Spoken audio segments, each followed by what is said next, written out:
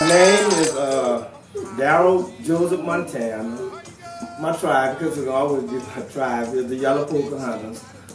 And I look at between it, my father and I, my daddy did 52 years and I did 48 years, so what is that? That's 100 years, just between me and him. And I never would have thought that 48 years later I would still be doing it, but when you get involved in it, it's a serious piece of business. And anybody who dress, I respect what they do because I know what it takes.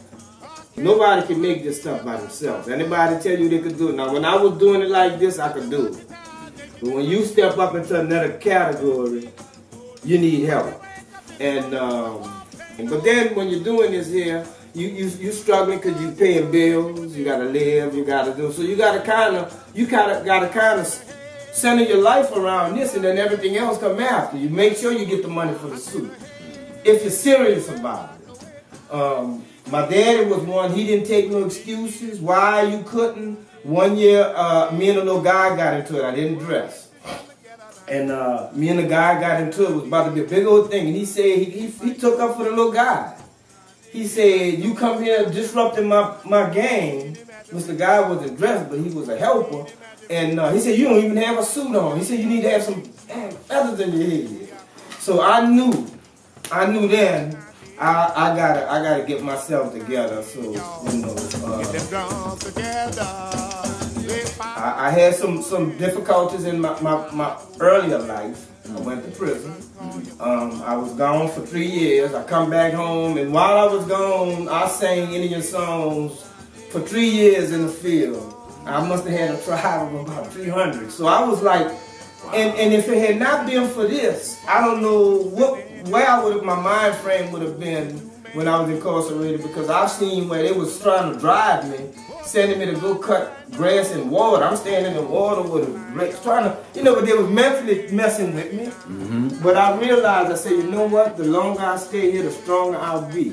I'll be strong as King Kong, and I have not stopped. It's all because I had this to fall back on. Before Katrina, y'all routes haven't changed after Katrina. My route has always been the same route my daddy took. I've never changed anything. I never changed the songs, the same songs my daddy sang. Just like now he was very sticker for people, making sure people sing Indian Red right. And one guy was changing the song, and he said, "You don't change that song." He said, "You want to change something? Change that suit. Quit wearing that old suit." So what came up, came out.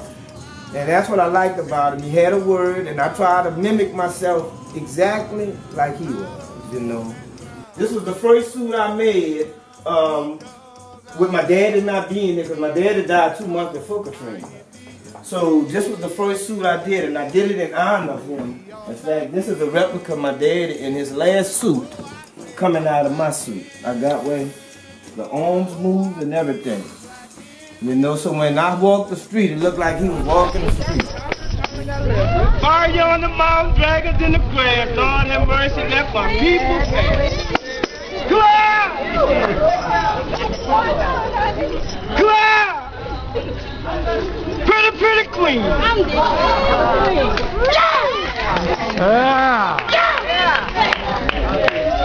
Only the pretty queen dressed like that. I traced my mama's hands. I saw hands, and this inside a dream catcher. So I dedicated this suit to my mama. Because for years and years, my mama really was the driving force that kept this culture thing going in our area, because they were trying to get my dad. What the golden crown, or the golden crown, my big G gotta go. So when you say you're gonna be chief, it's like a 8-cylinder car. All pistons gotta be hitting, or you're gonna have a miss. It's gonna be running sluggish. So I believe, and it's just me. My daddy was hard on me when it came to doing this. When I put my suit on now, I know there's health issues. It's hard when you make this stuff and then you gotta wear it. And sometimes I've seen guys say they're not gonna do it because they didn't have the money to get the feathers. Well, you know, so everybody got different stories, but my story is I've been fortunate enough for 48 years. I've been on a mission. My mission is economic development within our culture. I know I've taught over 3,000 kids. Also, I've taught some senior citizens as well how to make the dolls. The senior citizens are on a fixed income. Make the dolls, they'll be able to supplement that check they get once a month to help them with their medication bills or whatever. The young kids, if I don't get the kids, you know who's going to wind up getting them? The dope dealer. Get up, let's go get up, let's go get up now, let's go get up. Don't get no support. I've done one thing with the Tourist Commission. They took a streetcar and put it on an 18-wheeler truck and drove it to Chicago, outside of the Intercontinental Hotel. It was about 7 of us that went on the trip by way of the young lady Tony Wright. She's no longer there. And you know, I was able to make money by that way, but they were using us to let the world know that New Orleans is not still underwater.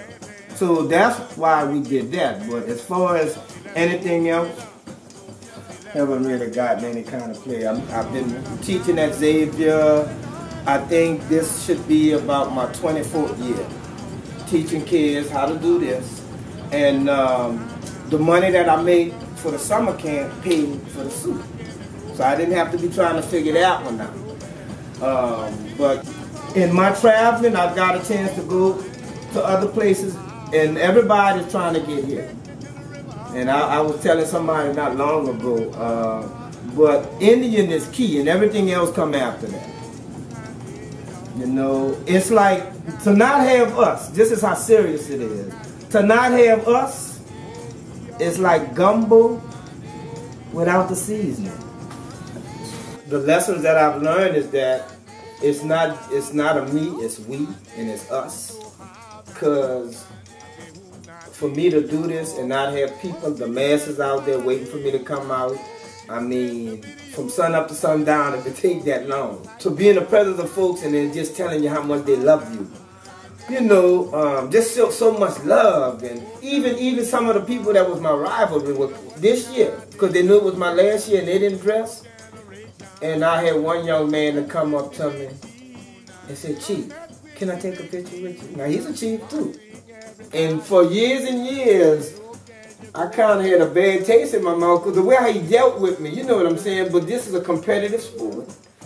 And for him to come up and ask me, "Can he take a picture?" I said, "Of course, come on." You know, and then he tell me, he said, "Man, I love you." Wow. And I posted some stuff that I'm not in competition with anybody. I just do what I do. I teach a lot. You know, I try to teach by passing it on, you know, and I'm just hoping that what my dad has gone through, what I've gone through thus far, that the tribe will continue. And Indian is a beautiful thing, but in it there's some ugliness in it, you know, because everybody won't try to be the one, but I feel, you know, and I think I do pretty good, but I feel like there was only one, and it was Darryl Montana.